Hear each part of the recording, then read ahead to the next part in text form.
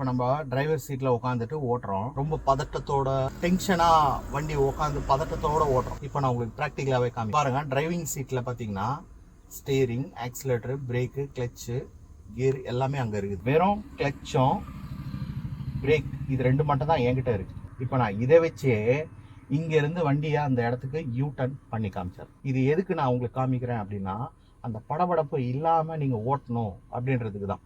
இப்போ நான் first gear போட்டுட்டு லைட்டாக ஒரு மூவிங் பாயிண்ட் ஜஸ்ட் கொஞ்சமாக. இப்போ நான் ரைட் இண்டிகேட்டர் போட்டுருக்கேன், ஏன்னா யூ டர்ன் பண்ணணும். ஃபஸ்ட்டு அந்த பெண்டை கொஞ்சம் ஷேப்பு கொண்டு வந்துடணும். அதுக்கப்புறம் ஒரு ஃபுல் டர்ன், மீதி டர்ன் இந்த லெஃப்ட் கவனிச்சுட்டு ஃபுல் டர்ன்.